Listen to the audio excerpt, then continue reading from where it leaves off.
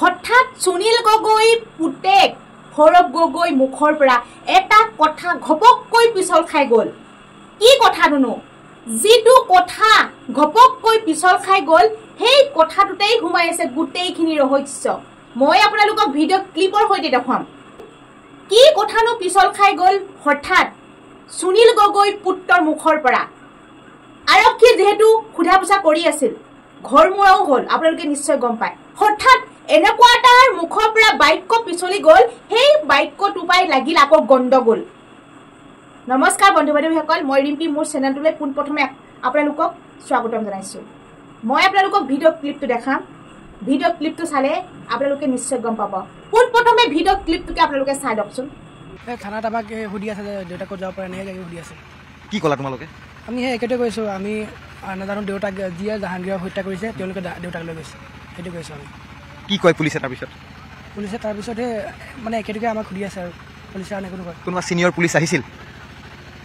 আহি থাকে এনেকৈ, কোন কি ৰেংকৰ ইমান ভালকৈ নাজানো আমি। তথাপি আমি যিখিনি গম পাইছোঁ, কোনো শীৰ্ষ আৰক্ষী পৰ্যায়ৰ বিষয়াই এই মুহূৰ্তত তেওঁলোকক জেৰা চলোৱা নাই। কেৱল থানাৰ মুৰব্বী এগৰাকী হয়তো ভাৰপ্ৰাপ্ত আৰক্ষী বিষয়া হ'ব, নতুবা যিগৰাকী তদন্তকাৰী আৰক্ষী বিষয়া আছে তেওঁক আমি যোৱাকালি হওক আজি হওক কেৱল পুখুৰী সিঁচাত তেওঁক ব্যস্ত হৈ থকা আমি দেখিবলৈ পাইছোঁ। এই বিষয়টো আঁতৰাই ৰাখিছোঁ। মা এতিয়া থানাত আছে, কি কয় তেওঁক ৰাখি থ'ব নে আহিব দিব? আহিব দিব চাগে, সঠিককৈ আহিব দিব।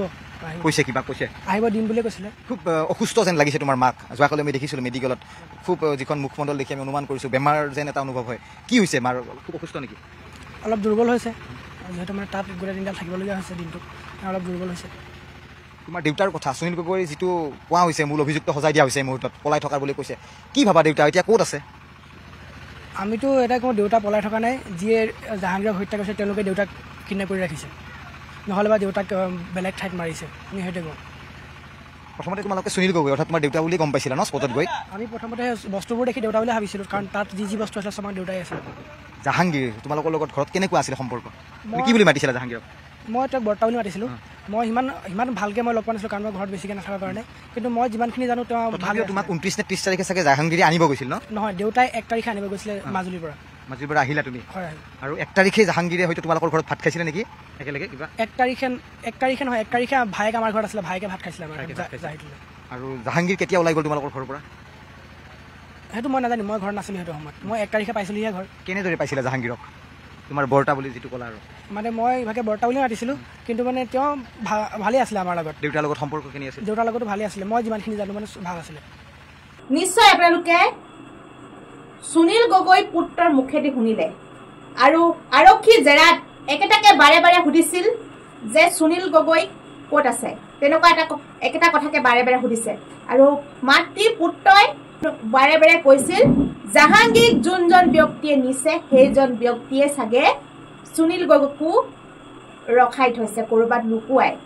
কিমান দূৰ সত্যতা আমি বৰ্তমান জ্ঞাত নহয়। যিটো ঘটনা এতিয়া নতুন মূৰ লৈছে, বৰ্তমান ৰহস্য ফাদিল হোৱা নাই, ইটোৰ পিছত সিটোৰ পিছত ইটোৰ সন্দেহ দৃষ্টিয়ে।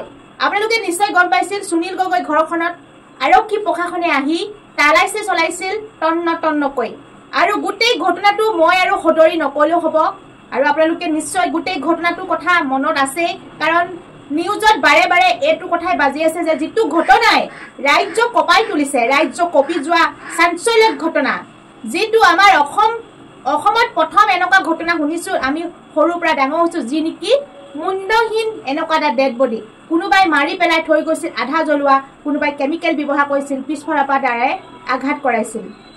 তেনেকুৱা এটা ঘটনা জীৱনত প্ৰথম শুনিছোঁ। আৰু সুনীল গগৈ বৰ্তমান পলাতক, ক'ত আছে কি কথা আমি গম নাপাওঁ। যদিহে পুত্ৰই মাতৃয়ে কোৱাৰ দৰে সুনীল গগৈকো যদি কেনেবাকৈ জাহাংগীৰক মানে যিজন ব্যক্তিয়ে মাৰিছে, মানে পুত্ৰৰ যিটো ভাষ্যমতে আপোনালোকক কৈছোঁ দেই, তেনেকুৱাকৈ আকৌ সুনীল গগৈকো তেনেকৈ কোনোবাই ৰাখি থৈছে নেকি? কাৰণ মানে ঘটনাটো এতিয়ালৈকে ৰহস্য ফাদিল হোৱা নাই, নহয় জানো? কোনফালে কি গতি কৰে একো পাত্তা নাই, আৰু ঘৰখনে সঁচাই কৈছে নে মিছাই কৈছে এতিয়ালৈকে আমি জ্ঞাতই নহয়। কেতিয়াকৈ আহিব গোটেই ৰহস্যটো, কেতিয়াকৈ ধৰা পেলাব, কেতিয়াকৈ কি আহিব একো বুজিয়ে নোপোৱা হৈছোঁ। এই ঘটনাটোৱে ৰাজ্য কঁপি গৈছে, আৰু কঠোৰতম শাস্তি পাব লাগে অপৰাধীয়ে। যিহেতু আপোনালোকে গম পায় যে সুনীল গগৈক বিচাৰিলে আৰক্ষী প্ৰশাসনে 50,000 টকা পুৰস্কাৰে পুৰস্কৃত কৰিব। এটা কথা মই এইখিনিতে ক'ব বিচাৰোঁ দেই, আৰক্ষী প্ৰশাসনে যে জনসাধাৰণক সেইটো দায়িত্ব দিছে এইটো জনসাধাৰণৰ কাম নে এইটো পুলিচ প্ৰশাসনৰ কাম পুলিচ প্ৰশাসনে গা এৰা দিছে নেকি কাৰণ সুনীল গগৈক বিচাৰিবলৈ পুলিচ প্ৰশাসনটো বেছি টাইম নালাগে সুনীল গগৈক বিচাৰিবলৈ যদিহে জিন্দা আছে তেতিয়াহ'লে পুলিচ প্ৰশাসনে কিয় জনসাধাৰণক চব দিছে যে সুনীল গগৈক বিচাৰিলে 50,000 টকা দিব কেনেকুৱা কথা কওকচোন আৰক্ষী প্ৰশাসনে কিয় বিচাৰি উলিয়াব নোৱাৰে নেকি যদিহে সুনীল গগৈ জিন্দা আছে কৰবাত পলাই আছে তেতিয়া আৰক্ষী প্ৰশাসনেতো এইটো একেবাৰে তিলিকি কাম নহয় জানো নাজানো ক'ত কি ঘটনা ক'ত কি মিলিত হৈ আছে একো বুজিবই নোৱাৰো কাৰণ এই ঘটনাটোৱে মানে এনেকুৱা জেলেপি পাক লাগি আছে নহয় গম পাইছেনে কেনেকুৱা জেলেপি পাক লাগি আছে ঘটনাটোৱে একো ধৰিবই নোৱাৰি এইটোৱে জানো সুনীল গগৈ বৰ্তমান ক'ত আছে সুনীল গগৈক বিচাৰিলেহে গোটেই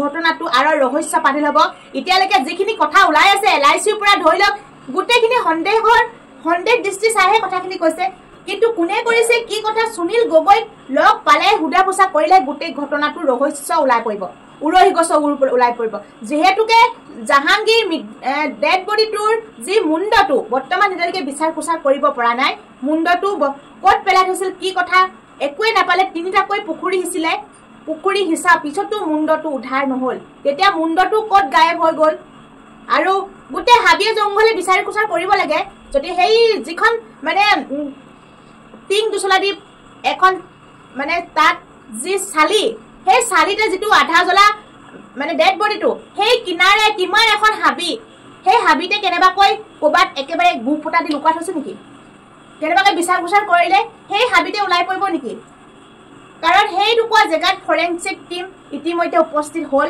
আৰু ফৰেনচিক টিমে যি নমুনা সংগ্ৰহ কৰিছিল যে বেল্টৰ টুকুৰা এতিয়া গম পোৱা গ'ল যে DNA টেষ্টৰ মতে যে হেতু সুনীল গগৈ প্ৰকৃততে ডেড বডি নহয় এইটো জাহাংগীৰ হুছেইনৰ আৰু ইতিমধ্যে সুনীল গগৈ ঘৰখনে সুনীল গগৈ মৃত বুলি ভাবি শ্ৰাদ্ধ পাতিলে যিখিনি মানে মৃত ব্যক্তিজনক কৰিবলগীয়া কাম সেই সকলোখিনি নিয়ম অনুযায়ী কৰিলে বিধৱা সাজ পিন্ধিলে তাৰপিছত ফুট মোহাৰিলে বিধৱা হ'ল আৰু বগা সাজ পিন্ধিলে নহয় জানো নে সেইখিনি তেখেতলোকে পৰিকল্পনাহে আছিল নেকি মানে কথাষাৰ এনেকুৱাকে মানুহে কি ধৰণে কেনেকৈ সন্দেহ কৰিছে কেনেকৈ কি জেলিপি পাক লাগি আছে বৰ্তমান মানুহবিলাকে একো ভাবিবই পৰা নাই বুজিবই পৰা নাই আৰু ঘটনাটোৱে কেনে কোনফালে গতি কৰিছে হেতু বৰ্তমান গমেই পোৱা নাই আৰু এটাই বিচাৰো সুনীল গগৈক বিচাৰ পোচাৰ কৰি উলিয়াই দিব লাগে আৰক্ষী প্ৰশাসনে জোৰ দিব লাগে কিয় জনসাধাৰণক সেই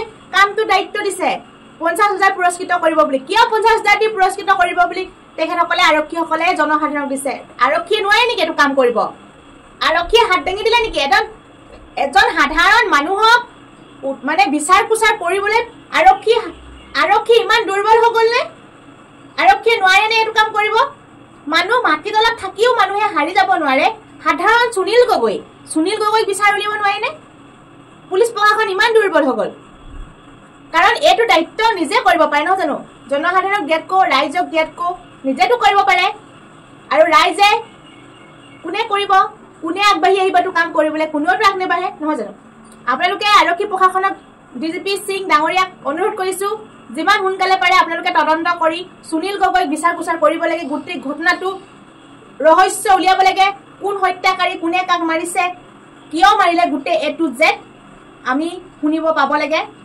আৰু গোটেই ঘটনাটো ৰহস্য ফালি ল'ব লাগে এটোৱে বিচাৰো আৰু অপৰাধে উচিত শাস্তি পাব লাগে আৰু জাহাংগীৰ হুছেইনক ন্যায় দিব লাগে পৰিয়ালক ন্যায় দিব লাগে ভিডিওটো বেছি দীঘলীয়া নকৰো আপোনালোকে যি পুত্ৰ কথা শুনিলে নেক্সট ভিডিও আহিম বেলেগ এটা তথ্য লৈ আপোনালোকে যি পোন প্ৰথমে মোৰ চেনেলটো চাই আছে সাবস্ক্ৰাইব কৰি থৈ যাব আৰু শ্বেয়াৰ কৰিব কমেন্ট বক্স খোলা আছে কমেন্ট কৰিব ধন্যবাদ